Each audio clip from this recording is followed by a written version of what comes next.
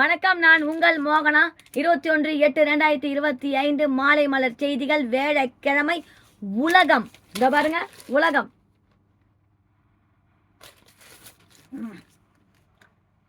Moscow August 21.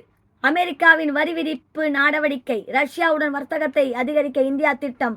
முதலீடு செய்ய ரஷ்ய நிறுவனங்களுக்கு வெளியுறவு மந்திரி ஜெய்சங்கர் அழைப்பு.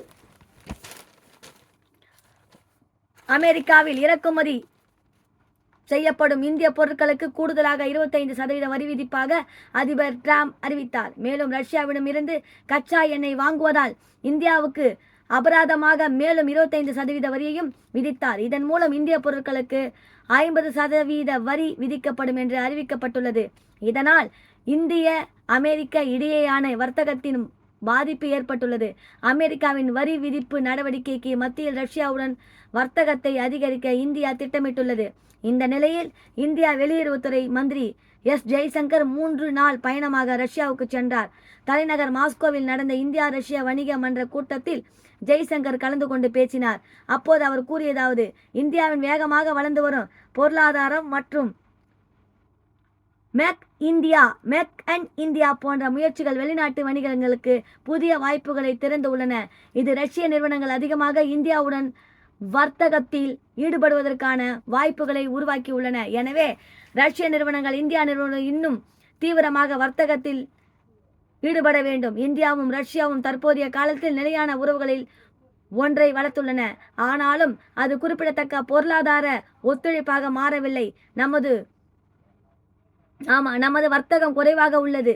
பற்றாக்குறை உள்ளதால் அதை நிவர்த்தி செய்ய வேண்டும். வளர்ச்சியான ஊக்குவிப்பதிலும் விரைவுபடுத்துவதிலும் இரு நாடுகளுக்கும் செய்யக்கூடிய நிறைய இருக்கிறது. வர்த்தக ஏறத்தாழ்வை அவசரமாக நிவர்த்தி செய்ய வேண்டும். இது நமது வர்த்தகத்தை வளர்ப்பதற்கு மட்டுமல்லாமல் 2030 ஆண்டுக்குள் நமது திருத்தப்பட்ட வர்த்தக இலக்கான $100 பில்லியன் சரியான நேரத்தில் அடைவதை விரிவுபடுத்தவும் உதவும். இவ்வாறு அவர் கூறினார்.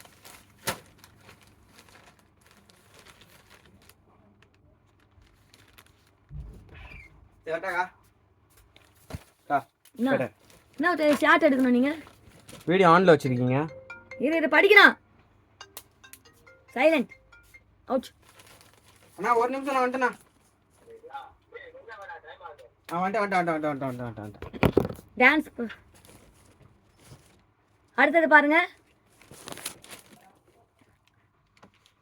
சீனாவை போல எதிரி நாடு அல்ல. இந்தியாவுடனே வர்த்தக மோதல் அமெரிக்காவுக்கு பாதிப்பை ஏற்படுத்தும். டிரம்புக்கு நீக்கி எச்சரிக்கை. அமெரிக்க அதிபர் டிரம்ப் கட்சியை சேர்ந்தவரும் ஐநா சபைக்கான முன்னாள் அமெரிக்க தூதருமான நீக்கி அளித்த பேட்டியில் கூறியதாவது: இந்தியாவை ஒரு மதிப்பித்தக்க சுதந்திரமான மற்றும் ஜனநாயக பங்காளியாக அமெரிக்கா நடத்த வேண்டும். இந்திய சீனாவை போல் ஒரு எதிரி அல்ல. இந்தியாவின் எழுச்சி சுதந்திர உலகத்தை அச்சுறுத்துவதில்லை. சீனாவின் வளர்ந்து வரும் உலகளவிய உறவுகளை கட்டுப்படுத்த விரும்பினால் இந்தியாவுடன் நட்புறவுகளை மீண்டும் கொண்டு வருவது மிகவும் முக்கியம். வரி விதிப்பு பிரச்சனைகள் மற்றும் இந்தியா பாகிஸ்தான் போரில் அமெரிக்காவின் பங்கு உள்ளிட்ட விவரங்களால் இது பெரிய ஜனநாயக நாடுகளுக்கு இடையே பிளவை ஏற்படுத்த அனுமதிக்க முடியாது. சீனாவில் சீன ஆதிக்கத்தை எதிர்த்து செய்யக்கூடிய ஒரே நாடு அமெரிக்காவுக்கு பாதிப்பை ஏற்படுத்தும் சீனாவை போன்ற பெரிய அளவில் உற்பத்தி செய்யும் திறன் இந்தியாவிடம் உள்ளது என்றார்.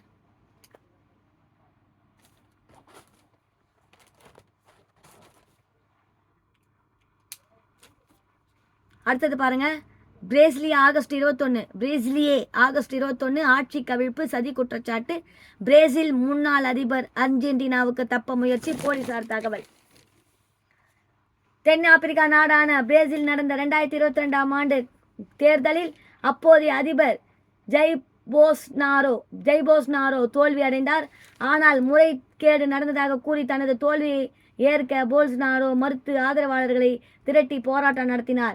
இதற்கிடையே அவர் மீது தேர்தல் முடிவுகளை மாற்ற முயற்சி, புதிய ஆட்சியை கவிழ்க்க சதி உள்பட பல்வேறு பிரிவுகளில் போலீசார் வழக்கு பதிவு செய்தார்.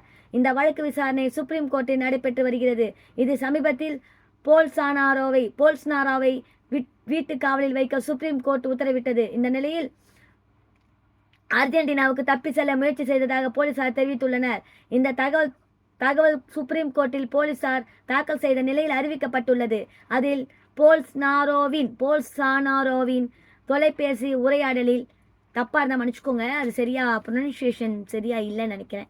தொலைபேசி உரையாடலில் அவர் அர்ஜென்டினாவிற்கு தப்பிச் சென்ற அரசியலில் லஞ்சம் கோர விரும்புவதாக தெரிவித்ததாக கூறப்படுகிறது. மேலும் அவர் அர்ஜென்டினா அதிபர் சேவியர் மிலேயின் அரசாங்கத்திடமிருந்து அரசியல் தஞ்சம் கோரி கடிதம் எழுதியுள்ளார். அக்கடிதத்தில் அந்த கடிதத்தில் அர்ஜென்டினாவில் அரசியல் தஞ்சம் கோருவதாகவும் தான் பிரேசிலில் அரசியல் துன்புறுத்தல் சூழ்நிலை இருப்பதாகவும் உயிருக்கு பயந்து வாழ்வதாகவும் தெரிவித்துள்ளார். நாட்டில் இருந்து தப்பி செல்ல போல்சனாரோவை திட்டமிட்டதாக போலீசார் தெரிவித்துள்ள குற்றச்சாட்டு பிரேசில் பரபரப்பை ஏற்படுத்தி வருகிறது.